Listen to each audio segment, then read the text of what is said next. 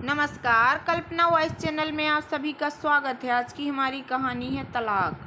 आरती एक मध्यम वर्गीय परिवार की लड़की रहती है। रंग गेहुआ, लंबाई 5 फीट 4 इंच की, ना बहुत ज़्यादा सुंदर ना खराब, पढ़ने में भी बहुत अच्छी थी। 2 भाई और एक अकेली लाडली खुद आरती थी।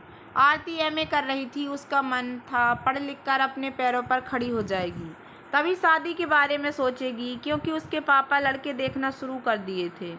आरती स्वभाव की सरल और शालीन थी। बेझिझक वो अपने बातों को किसी के सामने नहीं बोल पाती थी। सीधी सी, कम बोलने वाली थी। हमेशा इसी चक्कर में रहती कि उसकी कोई बात सामने वाले को बुरी न लग जाए। आरती के भाई उसे बहुत प्यार करते थे। उसकी पसंद नापसंद के लिए हमेशा परेशान रहते थे। जैसा कि हर पिता अपनी राजकुमारी के लिए राजकुमार ढूंढते हैं, वैसे ही आरती के पापा भी अपनी बेटी के लिए राजकुमार ढूंढ रहे थे। आरती अपनी माँ और भाई से ज़्यादा खुलकर बात करती थी और हमेशा कहती, मम्मी मुझे अभी शादी नहीं करनी है, पापा को आप बोल दो। मम्मी, आरती तू जानती है तेरे पापा के आगे किसी की नहीं चलती है, फिर भी मैं बात करूँगी। भाई भी चिढ़ाते थे आरती को, ओए पागल, तू अपने घर जाएगी तभी तो हम अपनी दुल्हनियाँ लाएंगे, वरना तू परेशान करेगी ननंद बनकर। आरती हाथ में चप्पल ले दौड़ा लेती थी मारने के लिए। सारा दिन घर में इधर उधर दौड़ती भागती रहती थी। एक दिन आरती के पापा एक रिश्ता पसंद कर आए, साथ में लड़के की फ़ोटो भी लेकर आए। आरती के भाइयों का नाम था राहुल और ऋतिक। पापा ने राहुल और ऋतिक को फ़ोटो दिखाकर बोले, आरती के पापा, लो भाई देख लो अपनी बहन के लिए ये लड़का कैसा है। राहुल, पर पापा आरती पढ़ना चाहती है तो रहने देते हैं, बाद में देख लेंगे पापा। हाँ, पर आजकल अच्छे रिश्ते मिलते ही कहाँ हैं। लड़का बेंगलोर में बिजली विभाग में इंजीनियर है और ऊपर से सरकारी नौकरी है, देखने में भी बड़ा सुंदर है। मुझे तो लग रहा है आरती के लिए इससे बेहतर लड़का मिल ही नहीं सकता है। मुझे तो लड़का पसंद है, आरती से तुम दोनों बात कर लेना। दोनों भाई चुपचाप पापा की हाँ में हाँ मिला दिए। फ़ोटो लेकर आरती के पास पहुँचे। ओए देख पापा तेरे लिए एक बकरा ढूंढ लाए हैं। हाँ, उनको भी पता है आरती बकरी है तो बकरा ही लाएंगे। और दोनों हंसने लगे। आरती, ये रहे तुम्हारे होने वाले दूल्हे राजा। आरती फ़ोटो तो ले ली, पर बोली, भैया मैं पहले तुम कुछ करना चाहती हूँ, फिर शादी के बारे में सोचूंगी। राहुल, हाँ यार, बात तो तेरी सही है, पर पापा पूरा मन बना लिए हैं, तुझे नहीं लगता कि वो हमारी या मम्मी की सुनेंगे। और कोई ना, इकलौता लड़का है अपने माँ बाप का, आमदनी भी अच्छी है, बेंगलोर में खुद का बड़ा सा घर है, पापा बता रहे थे। और रही तेरी जॉब करने की बात, तो तू भी वहीं बेंगलोर में ही कोई जॉब कर लेना। आरती भी सोच में पड़ जाती है और कुछ नहीं बोलती। रात में जब सारे घर वाले सो जाते हैं तब आरती चुपके से फ़ोटो देखने लगी। फ़ोटो देखकर आरती को एक सिरहन सी महसूस हुई, मानो उसके दिल से आवाज़ आई थी, शायद यही है मेरे सपनों का राजकुमार। अगले दिन आरती से पापा ने कहा, बेटा परेशान ना हो, लड़के वाले बड़े अच्छे हैं, वो तुझे जॉब करने से कभी मना नहीं करेंगे और तुम राज करोगी राज। और अपनी एक फ़ोटो दे दो, लड़के वाले मांगे हैं। आरती की फ़ोटो भी भेज दी। लड़के वालों को और आरती को भी पसंद कर लेते हैं। अब धीरे धीरे समय के साथ साथ उसकी शादी की बातें चलने लगी क्या लगभग तय हो गई थी। अपनी शादी को लेकर एक लड़की के मन में हजार तरह के सवाल तो रहते ही हैं, साथ ही एक अलग ही एहसास महसूस होता है। सिंदूर सिर्फ मांग की शोभा नहीं रहता है, इसमें बड़ी ताकत होती है जिसे हम कभी नहीं देखे रहते हैं, उससे भी प्यार हो ही जाता है। आरती के मन में भी अपनी शादी को लेकर एक अलग ही एहसास चल रहा था। शादी का दिन भी धीरे धीरे पास आ गया और बड़ी ही धूमधाम से आरती की शादी मोहित के साथ हो गई। आरती की ज़िंदगी पूरी तरह से बदल गई। बड़े अरमानों की डोली ले आरती मायके की दहलीज से ससुराल की चौखट पर आ गई। सब कुछ बड़ा अलग सा था आरती के लिए, मानो अपने सपने के महल में आ गई। एक तरफ जहां माँ बाप भाई से बिछड़ने का दर्द, वहीं एक नया घर मिलने की खुशी भी थी। आरती का स्वागत भी जोरों से हुआ।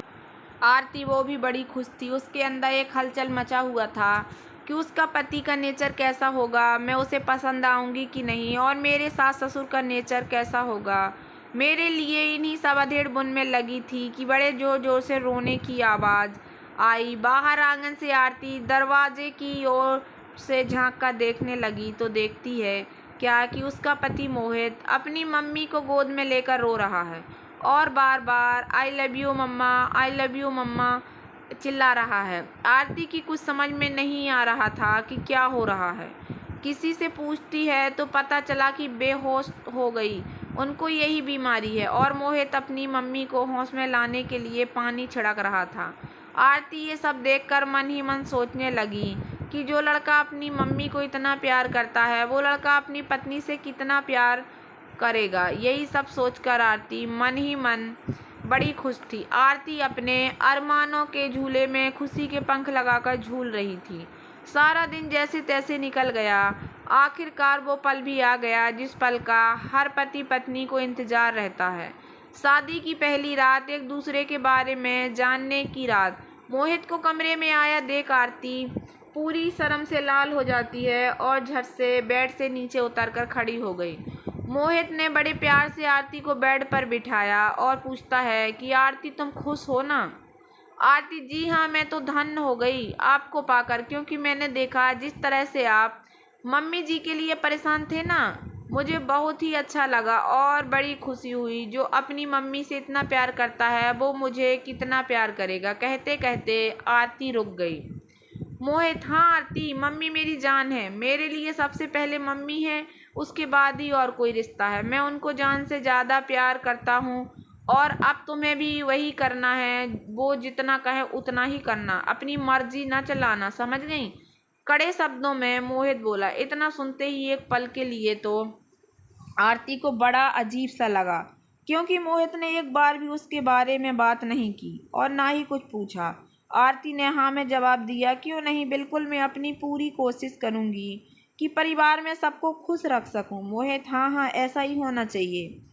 फिर आरती को गले से लगा लिया और बाहों में भरकर प्यार करने लगा। लेकिन आरती को पता नहीं क्यों कैसे डर सता रहा था।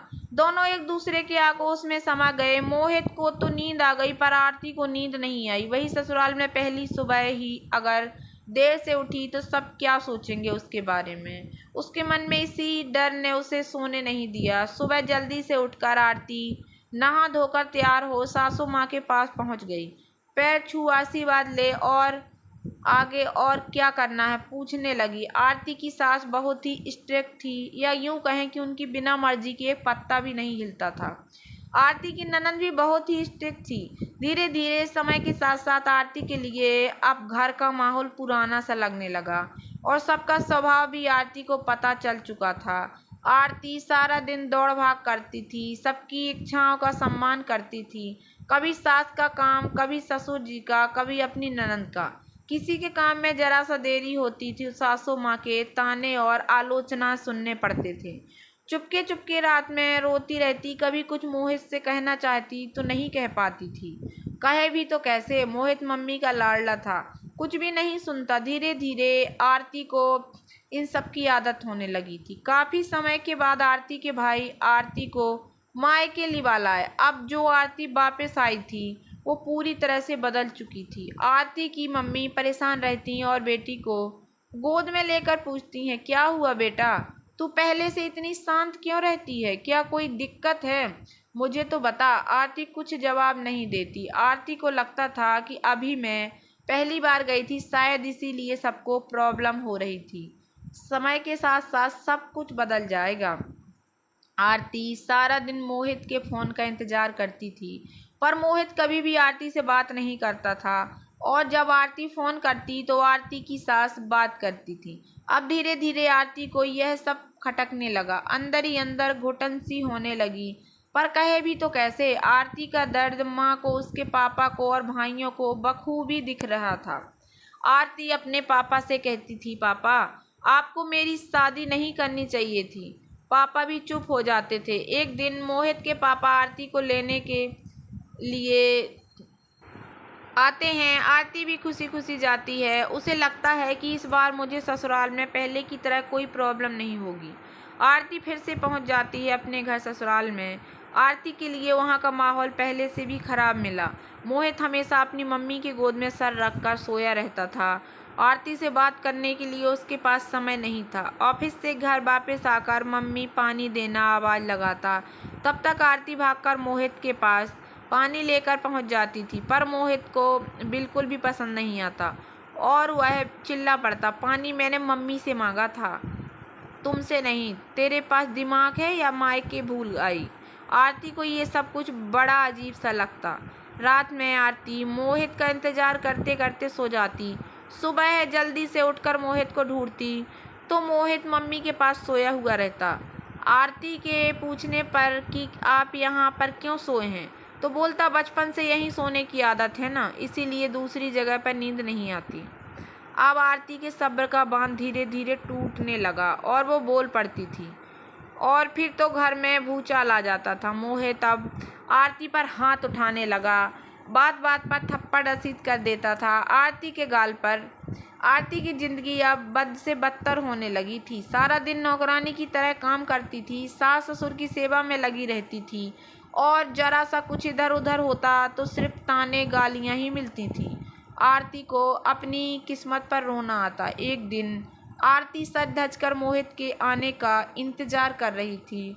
मोहित के आते ही भागकर मोहित के पास जाती है और मोहित को गले से लगा पूछती है कि मोहित, आपको मुझसे कोई शिकायत है तो कहिए ना। आपके घर वालों को मुझसे क्या प्रॉब्लम है, बताइए ना। मैं अपनी पूरी कोशिश करूँगी कि सब मुझसे खुश रहें। इतना सुनते ही मोहित का दिमाग और गुस्सा सातवें आसमान पर पहुंच गया और आरती को मारने लगा और बोला कि तू मुझे भड़का रही है मेरे परिवार के खिलाफ। तेरी इतनी हिम्मत हो गई? आरती के रोने और चिल्लाने की आवाज़ पूरे घर में गूंज उठी, पर किसी का दिल तक नहीं जाती थी। आरती को कुछ नहीं समझ आता कि क्या करे, कैसे ये सब सही करे। हालात बद से बदतर होते जा रहे थे। हर दिन मारना पीटना मोहित की आदत बन गई थी। परिवार में कोई नहीं सुनता आरती की। मोहित के लिए आरती कोई बेकार सी पड़ी हुई चीज़ थी, इससे ज़्यादा कुछ नहीं। एक दिन राहुल, आरती का भाई, बेंगलोर घूमने के लिए गया और सोचा कि अब यहाँ तक आया हूँ तो अपनी बहन से मिलता चलूँ। इधर मोहित गुस्से से आरती को मार रहा था कि तभी राहुल आकर उसका हाथ पकड़ लेता है और अपनी बहन की ऐसी हालत देखकर खींचकर जोरदार तमाचा जड़ देता है और बोलता है, बस अब और नहीं, बहुत हो गया। अब दर्द हुआ? अब तो मानो आसमान से बादल फटकर जमीन पर आ गिरे हो। मोहित की मम्मी, ले जा तू अपनी बहन को यहाँ से। पता नहीं किस जन्म का बदला लिया हो तुम लोगों ने, जो इसे हमारे पल्ले बांध दिया। न शकल न सूरत देखकर ही उबाल आता है। मोहित, अब तो तुम दोनों भाई बहन चुपचाप यहाँ से चले जाओ, वरना अच्छा नहीं होगा। राहुल, अबे जा, मेरी बहन एक मिनट भी नहीं रहेगी यहाँ पर, कहकर आरती को बोलता है, तू अभी चल यहाँ से, तुझे अब एक मिनट भी नहीं रहने दूंगा। दोनों भाई बहन वापस लखनऊ आ जाते हैं। राहुल गुस्से में, लो पापा, मन भर गया ना अपनी बेटी को इस हालत में देखकर। मना कर रहा था मैं, अभी रहने देते हैं, क्या ज़रूरत है शादी की। पर नहीं, बड़ा लायक दामाद ढूंढे थे ना, देखो अपनी बेटी को। आरती के पापा और मम्मी बस रोए जा रहे थे अपनी बेटी को देखकर। आरती तो बस शून्य सी हो गई थी, कुछ नहीं समझ पा रही थी कि आगे क्या होगा या क्या करे। समय अपनी रफ्तार से चल रहा था। 1.5-2 महीने बीत चुके थे आरती को आए, पर ससुराल से किसी ने भी जानने की कोशिश नहीं की कि आरती कैसी है। कुछ दिनों बाद आरती को मिचली चक्कर आने लगा। डॉक्टर को दिखाने पर पता चला कि आरती प्रेग्नेंट है। आरती की खुशी का ठिकाना न था, उसके पैर जमीन पर नहीं पड़ रहे थे। उसे अभी भी उम्मीद थी कि बच्चे के आ जाने से मेरा और मोहित का रिश्ता सुधर जाएगा। आरती, मम्मी, मैं ये खुशखबरी मोहित और अपने परिवार वालों को देना चाहती हूँ। मम्मी, ठीक है बेटा, एक कोशिश करके देख लो, क्योंकि बच्चे के आ जाने से पति पत्नी का रिश्ता और भी मजबूत होता है। देखते हैं ये लोग क्या करते हैं। आरती बड़ी हिम्मत जुटाकर मोहित को फ़ोन करती है। मोहित, हेलो, कौन? मोहित में आरती। मोहित बोला, तेरी हिम्मत कैसे हुई यहाँ पर फ़ोन करने की? आरती, मोहित, आप पापा बनने वाले हैं, मैं प्रेग्नेंट हूँ, क्या हम दोनों एक दूसरे को एक और मौका नहीं दे सकते? मोहित, मेरा तुझसे और बच्चे दोनों से कुछ नहीं लेना देना है, और सोचना भी मत वापस आने की। पता नहीं किसका पाप मेरे मत्थे मरना चाहती है। और आइंदा से मुझे फ़ोन मत करना, नफरत है मुझे तुझसे, कहकर मोहित ने फ़ोन काट दिया। आरती ज़ोर ज़ोर से रोने लगी और कहती है, मैं क्या करूं, कहाँ जाऊं, किसके सहारे जीऊं। दोनों भाई, आरती के पापा मम्मी, सब आरती को अपनी बाहों में लेकर रोने लगे। आरती को अब अपने बच्चे की चिंता सताने लगी। आरती के पापा अंदर ही अंदर रोज मरते। एक दिन आरती के नाम का लेटर आता है। आरती खुशी से उछल पड़ी। उसे लगा पक्का मोहित का ही होगा। आखिरकार अपनी गलती का एहसास हो ही गया मोहित को। सोचते हुए लेटर खोलती है तो हैरान हो जाती है। उसके साथ से लेटर छूटकर नीचे गिर गया। जब राहुल ने लेटर देखा तो कोई लेटर नहीं बल्कि तलाक का पेपर था और उस पर मोहित के सिग्नेचर भी। राहुल भी हैरान हो गया। उसे भी कुछ नहीं समझ आ रहा था कि क्या करें। आरती को क्या समझाए, कौन सा सत्तावना दे। हमारे देश में, हमारे समाज में तलाक शब्द किसी अभिशाप से कम नहीं माना जाता है। तभी तो लड़कियां हजार दुख सह लेंगी, लेकिन तलाक शब्द से ही डर जाती हैं। आरती के तलाक की खबर आग की तरह पूरे मोहल्ले में फैल गई। जितनी मोह उतनी बातें। कोई कहता, अरे क्या हुआ, हर कोई परफेक्ट नहीं होता, आज मरेगा तो क्या कल प्यार भी तो करेगा। किसी किसी को बड़ा प्यार आता आरती पर तो कह देता था कि अरे अभी उम्र ही क्या है, भरी जवानी अकेली कैसे कटेगी।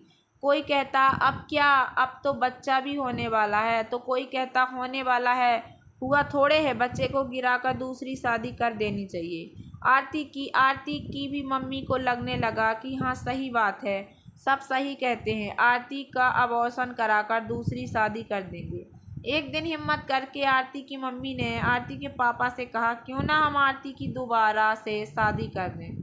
आरती के पापा, पागल हो गई हो क्या तुम, ये कोई वक्त है आरती से किस मुंह से पूछूं।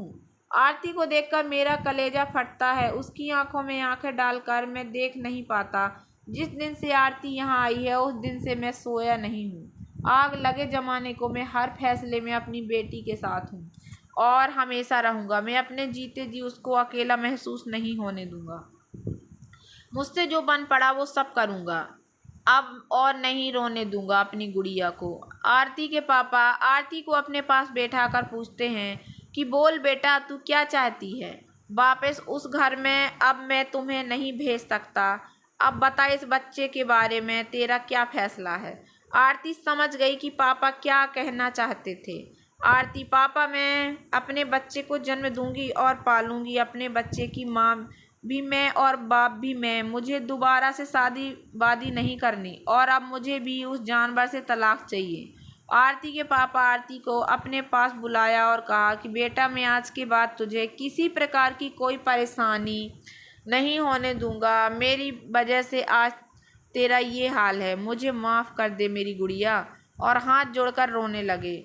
आरती, नहीं पापा, अगर आप सब मेरा साथ नहीं देते तो मैं क्या करती। आप सबका प्यार ही तो है जिसकी वजह से मैं खड़ी हूँ। आप इतना क्यों सोचते हैं। मेरे पास तो अब मुझे जीने का सहारा भी मिल गया है। पापा, मेरी कोख में पल रहा मेरा बच्चा और मैं अपने बच्चे को जन्म दूंगी। पापा और माँ बाप दोनों बनकर अपने बच्चे को पालूंगी।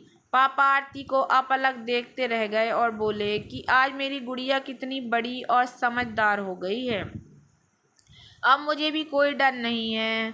तुझे जो भी करना है तू कर, मैं तेरे हर फैसले में तेरे साथ हूँ। आरती, थैंक यू पापा, कहकर पापा से लिपट कर रो पड़ी। धीरे धीरे समय बीतता गया और 9 महीने बाद आरती को बड़ी प्यारी बेटी पैदा हुई। पूरा परिवार खुशी से झूम उठा। आरती अपनी बेटी को गोद में लेकर चूमने लगी और बोली, मैं तेरी माँ भी हूँ और पापा भी। अकेले ही मैं तुझे पाल पोस कर बड़ा करूँगी और दिखा दूंगी सबको कि मुझे किसी पुरुष के सहारे की ज़रूरत नहीं। आरती के दोनों भाइयों की भी शादी हो गई। आरती भी अपनी पढ़ाई पूरी कर चुकी थी और एक स्कूल में पढ़ाने लगी। आरती बड़ी ही अच्छी टीचर थी। एक दिन आरती ने अपने पापा से कहा कि पापा, मैं सोच रही थी मैं एक किराए पर घर ले लूँ। मैं कब तक ऐसे रहूँगी। मैं अपना अलग से अपनी बेटी के लिए बनाना चाहती हूँ। पापा कुछ भी नहीं बोले और चुपचाप वहाँ से कहीं चले गए और शाम को जब वापस आए तो उनके हाथ में कोई पेपर था और आरती को देकर बोले, ये ले बेटा, अपना घर अब किराए पर घर लेने की कोई ज़रूरत नहीं है। आरती ने देखा पापा ने अपना दूसरा वाला घर आरती के नाम कर दिया है। आरती के तलाक का केस दर्ज हो गया था और जब सुनवाई होती आरती जाती थी। आरती की बेटी भी 4 साल की हो गई थी और अब तो वो भी कभी कभी पूछती, मम्मा पापा कहाँ हैं, हमारे साथ क्यों नहीं रहते। आरती कुछ जवाब नहीं देती और इधर उधर की बातें बनाकर बेटी को बहका दे दिया करती और अकेले में बैठकर जोर जोर से रोती थी और सोचती थी कि क्या करूं, मैं अपनी बेटी को कैसे समझाऊं। आरती की तलाक की हियरिंग भी और उसे जाना था। बेटी की तबीयत भी खराब थी तो आरती ने सोचा कि चलो बेटी को भी साथ ले चलती हूँ। इधर आरती अपनी बेटी और पापा के साथ गई थी और उधर मोहित अपनी माँ के साथ आया था। मोहित पहली बार देखा कि आरती के साथ छोटी सी बच्ची भी है और वो ध्यान से उसकी तरफ देखने लगा और मन ही मन सोचने लगा, कहीं ये मेरी आरती की बेटी का नाम प्रिया था। आरती ने अपनी बेटी से कहा कि तू बार बार पूछती हो पापा के बारे में, ये हैं तेरे पापा जिन्होंने तुझे उस वक्त छोड़ा जब तू 1 महीने की मेरे पेट में थी। गुस्से में आरती मोहित की तरफ देख रही थी, लेकिन मोहित को तो मानो कोई फर्क ही नहीं पड़ा। प्रिया भी धीरे धीरे बड़ी हो रही थी और अपनी उम्र से ज़्यादा समझदार भी थी। प्रिया भी स्कूल जाने लगी थी और वो भी अपनी मम्मी की भावनाओं को समझने लगी थी। उसे भी समझ में आ रहा था कि मेरे पापा कैसे हैं। अब प्रिया अपनी मम्मी से पापा के बारे में नहीं पूछती थी पर हमेशा चुप चुप रहती थी, अंदर ही अंदर घुट रही थी और उसकी ये घुटन आरती से नहीं छुपा सकी। वो अपनी बेटी के मन को पढ़ चुकी थी और उसने सोचा, क्यों ना एक बार मोहित से बात में नहीं रहना चाहती हूँ तुम्हारे साथ। तुमने मुझे नहीं बताया था कि प्रिया के बारे में। आरती, अच्छा क्या बताती, मैंने अपनी प्रेगनेंसी के बारे में बताया तो तुमने क्या कहा था। याद है मोहित, हाँ, पर मैं अब तुम्हारे साथ नहीं रहना चाहता हूँ। आरती, पर हाँ, एक काम हो सकता है, तुम प्रिया को मुझे दे दो, मैं उसकी हर ज़रूरत पूरी करूँगा। आरती, चुप करो, आगे एक शब्द भी नहीं बोलना। प्रिया मेरी जान है, मेरी जहान है, उसके बिना मैं एक पल भी नहीं जी सकती। मेरे लिए जीने का सहारा आज तो तुमने कहा, आगे कभी सोचना भी मत। प्रिया सिर्फ मेरी है। मुझे लगा था थोड़ी सी गैरत तुम में अभी भी बची होगी, पर नहीं, मैं गलत थी और गलती कर दी फ़ोन करके, कहकर फ़ोन रख दी। प्रिया अपनी मम्मी की सारी बातें सुन रही थी। फ़ोन रखकर आरती ज़ोर ज़ोर से रोने लगी। तभी प्रिया आकर अपनी मम्मी के आंसू पोंछने लगी और बोली, मम्मा मुझे नहीं चाहिए पापा, मैं आपके साथ ही खुश हूँ। आप बस चुप हो जाओ, मुझे सिर्फ आपके साथ रहना है। दोनों माँ बेटी एक दूसरे से लिपट कर रोने लगीं, पर ये आंसू दुख के नहीं थे बल्कि सुकून के थे, प्यार के थे। आरती को प्रिया के सभी सवालों से आज़ादी मिल गई थी जो उसकी बच्ची बार बार पूछा करती थी। आरती को बहुत दिनों के बाद एक अजीब सा सुकून मिला था। कहीं न कहीं उसके मन में एक और डर बैठ गया था कि कहीं मोहित मेरी बेटी को मुझसे छीन न ले। पर मैं ऐसा नहीं होने दूंगी, मुझसे मेरी बेटी को कोई भी नहीं छीन सकता, कोई भी नहीं। मोहित ने आकर आरती के हाथ से उसकी बच्ची को छीन ले जाता है और आरती प्रिया प्रिया प्रिया की आवाज़ लगाकर दौड़ती है।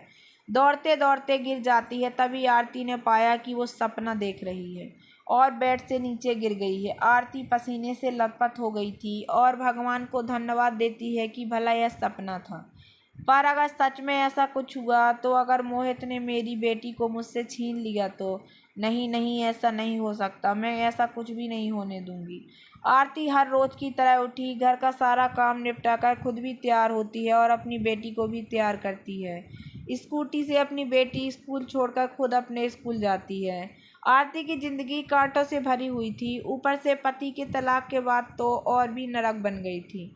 लोगों के हजार तरह के ताने उलाहने सुनती थी। कोई बिचारी बिचारी कहकर बुलाता तो कोई अजीब सी चुभन भरी नज़रों से देखता था। आरती हमेशा खुद को सबकी नज़रों से बचा कर रखती थी, तो अपने आसपास एक घेरा बनाकर रहती थी और उस घेरे में ना किसी को आने देती और ना ही खुद पर पार करती थी। अपनी बेटी को भी सबकी नज़रों से बचा कर रखती थी। समय का पहिया अपनी रफ्तार से दौड़ रहा था। आरती की बेटी 15 साल की हो गई थी और अपनी माँ के हर दुख को भी बखूबी समझती थी। पापा की कमी उसे भी महसूस होती थी, पर अपनी मम्मी को कभी जताती नहीं थी। प्रिया, चलो ना मम्मी, कहीं घूमने चलते हैं। मेरे सारे फ्रेंड अपनी फैमिली के साथ बाहर घूमने जाते हैं। चलो ना मम्मा, हम भी कहीं चलते हैं। आरती ने भी हाँ कह दिया। अगले दिन आरती अपनी मम्मी, पापा और बेटी के साथ मनाली के लिए निकल जाते हैं और खूब मस्ती करते हैं। मनाली की वादियों में आरती और प्रिया इतनी मस्ती करते हैं कि पूछो ही ना। मानो आरती का बचपना फिर से वापस आ गया था। वहीं पर दूर बैठे आरती के पापा और मम्मी खुशी के मारे उसकी आंखें भर गईं। आपस में बातें करते हैं कि एक अरसे बाद हमारी बेटी इतनी ज़्यादा खुश है। हे भगवान, हमारी बेटी को किसी की नज़र न लगे। बहुत दुख देखा है हमारी गुड़िया ने, पर अब और नहीं। आरती के पापा ने मम्मी के कंधे को हल्के से दबाया और कहा, तुम चिंता मत करो, हमारी बेटी अब वो आरती नहीं है जो हल्के से हवा के झोंके से डर जाएगी। अब वो चट्टान बन चुकी है। बड़े से बड़ा तूफान भी उसका कुछ नहीं बिगाड़ सकता। मम्मी, हाँ सच कहा आपने। और अपने आँखों से बहते हुए आंसू को पोंछने लगती है आरती। प्रिया, चलो बच्चा, कुछ खा लेते हैं। प्रिया, हाँ मम्मा, मुझे भी बहुत ज़ोरों से भूख लगी है। और सारे एक रेस्टोरेंट में पहुंच जाते हैं। तभी आरती के पूरे बदन में एक अजीब सी सरसराहट सी होती है। उसे कोई जाना पहचाना आवाज़ सुनाई देती है। आरती पलट कर देखती है तो अवाक सी रह जाती है। ये तो मोहित। पर मोहित यहाँ पर कैसे? मोहित का वेटर से झगड़ा हो रहा था और सब लोग उसे ही देख रहे थे। थोड़ी देर बाद मोहित की निगाहें भी आरती पर टिक गईं। फिर उसने अपनी बेटी को ध्यान से देखा और गले लगा लिया। मोहित की मम्मी भी साथ में थी। मोहित की मम्मी प्रिया का गाल पकड़कर चूमते हुए बोली, बिल्कुल अपने पापा पर गई है। नाम क्या है बेटा आपका? प्रिया जी। नहीं, मेरे पापा नहीं हैं। उनको तो मेरे मरे 15 साल हो गए हैं। मैं अब 1 महीने की मम्मा के पेट में थी, तभी मेरे पापा मर गए थे। अब तो मेरी मम्मा और पापा दोनों मेरी मम्मा ही हैं। नाक मुंह सिकोड़ते हुए बेबाक होकर प्रिया ने जवाब दिया। मोहित, आरती, क्या 1 मिनट मुझसे बात कर सकती हो? आरती, बोलो। मोहित, आरती, मुझे माफ़ कर दो, हाथ जोड़कर।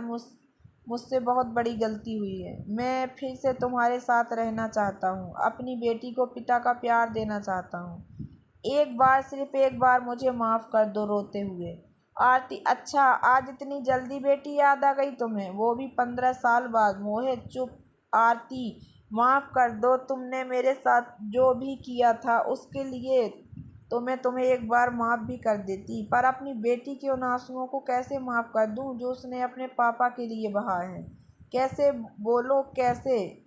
जब मुझे सबसे ज़्यादा तुम्हारी ज़रूरत थी, उस वक्त तुमने मुझे धक्के मार कर निकाल दिया अपनी ज़िंदगी से, और आज कहते हो माफ़ कर दूं तुम्हें? कैसे माफ़ कर दूं?